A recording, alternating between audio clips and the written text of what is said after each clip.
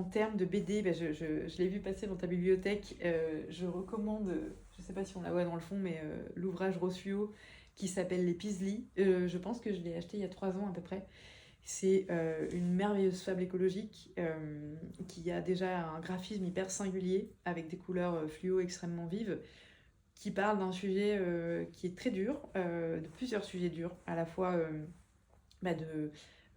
d'enfants en bas âge qui ont été abandonnés malgré eux par leurs parents, donc de comment est-ce qu'on se construit comme ça, de la notion d'adoption par des pères qui ne sont pas de sa famille, et puis de l'évolution de cette génération dont on comprend qu'elle est dans notre contexte actuel, dans un monde anxiogène dans lequel le changement climatique est prégnant et dans lequel l'individualisme et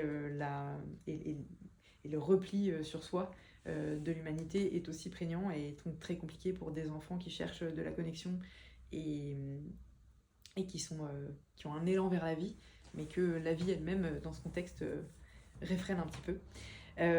Donc voilà, j'en dis pas plus, mais c'est très beau. Et on a dit quoi la troisième chose? Ah oui, c'était une série.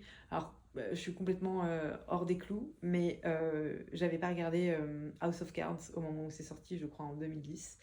Je crois qu'elle a pas pris une ride, et dans le contexte géopolitique actuel, c'est juste fabuleux, quoi. Donc, c'était très pratique en postpartum, parce que quand tu te réveilles la nuit pour allaiter, c'est cool d'avoir une bonne série.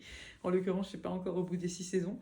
Mais si vous avez un contexte de postpartum actuel et que vous voulez en comprendre un peu plus sur la politique et ses mécanismes, ses rouages, pas réjouissants, je recommande House of Cards. Ouais.